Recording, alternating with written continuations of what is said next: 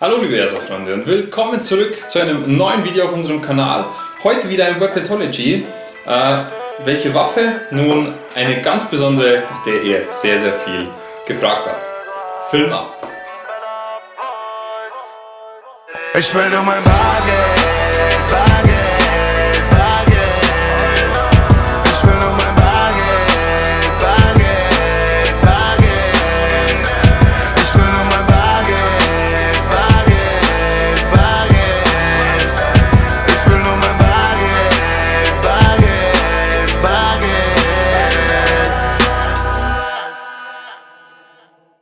Willkommen zurück. Ihr habt es gesehen, es geht um die SIG Sauer MCX. Nun, ich würde sagen, wir machen es wie immer. Wir gehen zuerst die allgemeinen Themen ein bisschen durch und dann von vorne nach hinten, von außen nach innen. Als allererstes, wessen Waffe ist das? Nun, das ist meine MCX. Habe ich jetzt seit einiger Zeit, hat mich sehr viel Energie auch gekostet, das schöne Ding, aber dazu später mehr.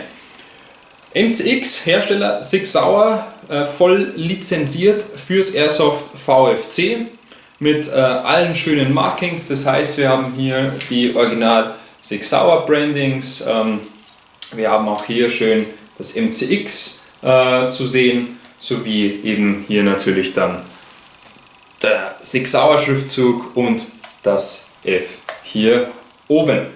Ich muss dazu sagen, es handelt sich hier um die erste Generation, die ich eben komplett umgebaut habe. Es gibt mittlerweile noch eine zweite. Die einen Händler nennen sie Proforce, andere Händler nennen sie beim richtigen Namen, nämlich Virtus. Wie auch im echten oder beim scharfen Vorbild ist hier optisch, vor allem äußerlich, dann der Schriftzug hier oben mit dem Virtus zu sehen, das ich jetzt nicht habe, da wie gesagt eigentlich Gen 1. Gewicht ca. 2850 Gramm ohne Anbauteile, Länge zwischen 585 und 680 mm, je nach verbautem Stock etc. Da kommen wir aber später dazu. Besonderheit dieser Waffe, hochmodular, ja, also sowohl Stock als auch Frontset sind hier sehr einfach zu wechseln, sehr schnell zu wechseln und dementsprechend auch mit verschiedenen Bauteilen den Bedürfnissen anzupassen. Kommen wir zu meiner speziellen MCX. Starten wir von vorne los. Ich habe vorne einen Surefire Schalldämpfer in der Länge 130 mm, ist ein QD-Schalldämpfer, kennen bestimmt einige. Dann haben wir hier eine nach deutschem Recht ausgegossene M600 Surefire Klonlampe, ganz normal gemountet an ein einzelnes Rail-Panel, dann beziehungsweise eine Rail-Schiene. Dann haben wir hier an den Seiten, ihr könnt es bestimmt schön erkennen, habe ich an in die untere Slot-Reihe sozusagen Rail-Panels reingebaut. Ebenso montiert ein Frontgriff bzw. Handstopp. Obendrauf Fake Pack Box, ebenfalls ohne Funktion, da deutsches Recht. In diesem Fall trägt es sogar den Akku.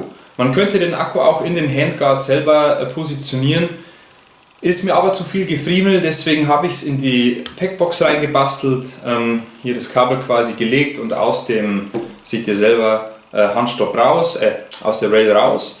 Trotzdem nicht ganz einfach, aber für mich die optisch schönste Lösung. Die Rail selbst, ihr habt es gesehen, keine Original-Rail im Sinne von, so wie man sie als Airsoft kaufen kann, sondern hier haben wir eine Real Steel Rail. Von Midwest Industries, ihr seht hier das Branding sozusagen, 11,5 Zoll, bestellt aus den USA, Real Steel Rail, passt perfekt dran, allerdings sehr teuer, da 330 Euro roundabout. Dann Body an sich, normal gleichbleibend. Als Grip habe ich einen Slong Motorgriff montiert, hier etwas quasi Gummiband drumherum für besseren Griff und dann hier dieses Schmuckstück hinten, der Collapsible Buttstock, ebenfalls original von SIG Sauer. Auf den bin ich besonders stolz, auch aus den USA importiert, ist hier voll verstellbar. Das heißt, hier könnte man die Länge entsprechend einstellen, wie man es mag, wackelt nichts, super toll, darf auch sein, kostet nämlich auch über 300 Euro. Dann war es das soweit eigentlich von den Externals. Stopp, das Visier. Hier habe ich ein T2 Repro, kein originales. Ihr werdet euch vielleicht fragen, wieso nimmt er nicht sein originales EOTech? Nun, das ist eigentlich immer auf meiner 416 montiert und ich habe immer keine Lust, das runterzubauen oder einzustellen. Deshalb fahre ich hier mit diesem Repro auch sehr gut, bin auch zufrieden. Gut, zu den Internals. Was haben wir innen verbaut? Von vorne startend Lambda 303 mm Lauf, 603 Durchmesser. Verbaue ich eigentlich immer, wisst ihr, macht einen sehr, sehr guten Job. Hop-Up-Unit haben wir hier, ihr seht selbst, die Max Hop-Up-Unit, welche ist, mit einem Maple Leaf Mr. Hop. Habe ich mal was Neues ausprobiert, bin ich sehr zufrieden mit, sehr, sehr geil. Wir spielen 0,32er BBs, absolut passend und tauglich hier. Dann Gearbox, habe ich am Anfang umgebaut mit anderem MOSFET, etc. Gefiel mir irgendwie dann doch nicht so wirklich. Jetzt habe ich eine Ares EFCS Gearbox reingebastelt, die ich wie immer umgebaut habe, also sprich anderes Nozzle, anderer Zylinderhead, dann Pistenhead-Dichtung überarbeitet, Shortstroking, etc. Läuft sehr, sehr gut, 1,4 Joule bei einer M110 SHS-Feder, Shortstroking minus 4 Zähne, Motor, Modify 22K, glaube ich, heißt er. Und das Ganze hier dann nach vorne verkabelt, wie schon angesprochen, Kabel habe ich entsprechend verlängert, um hier Up und Lower schön auseinanderziehen zu können, mit T-Steckern und 11,1 Volt LiPo betrieben. Sind die Packbox Akkus 1300 mA, ich glaube 30C oder 25C, 11,1 Volt LiPo. Ja, das war's soweit zu der Waffe an sich. Ich bin sehr, sehr zufrieden mit, auch wenn ich sagen muss, aber da kommen wir später dazu, hat alles seine Vor- und Nachteile. Dann, ich sprach ja von Modularität. Was meine ich damit? Ausgeliefert wurde sie ja mit diesem, mit diesem Stock, der so ein bisschen dem der MP7 ähnelt, im Sinne von dem Schiebemechanismus oder weniger jetzt der MP7, mehr der MP5.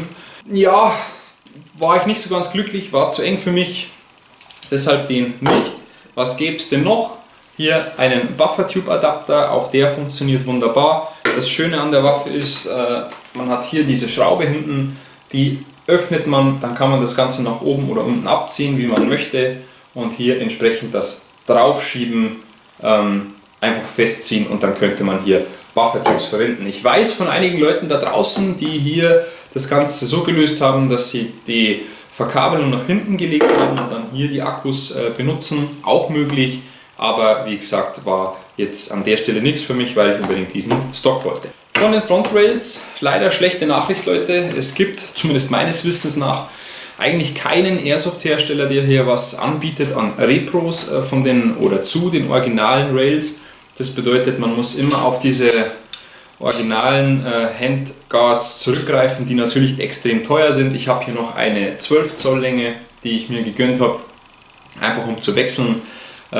Auch von Midwest Industries, kostet auch knapp über 300 Euro und das macht das Ganze natürlich etwas teuer.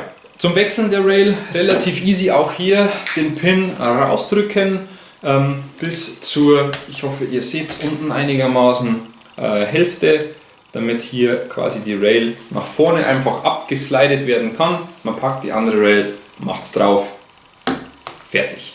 Pros, Kontras. Also Pro, natürlich absolut geiles Handling der Waffe, meines Erachtens eine der schönsten AR-15 Alternativen, die es so auf dem Markt gibt. Ich spiele sie auch prinzipiell sehr gerne, weil sie echt Spaß macht, haptisch und wie gesagt durch die Real-Steel-Teile sehr, sehr, sehr geil. Aber jetzt kommen wir zu den Kontras. Ganz, ganz großes Kontra aus meiner Sicht, insbesondere wenn ich ja, über eine längere Zeit unterwegs bin auf Milsims etc. und nicht nur auf Fun Games, wo ich schnell zum Spawn kann, ist das Thema mit dem Akku. Ja? Also egal, ob ihr es jetzt in den Handguard reinpackt oder ob ihr es jetzt in die Packbox reinpackt, Problem ist halt immer diese Fummelei, die ihr da habt.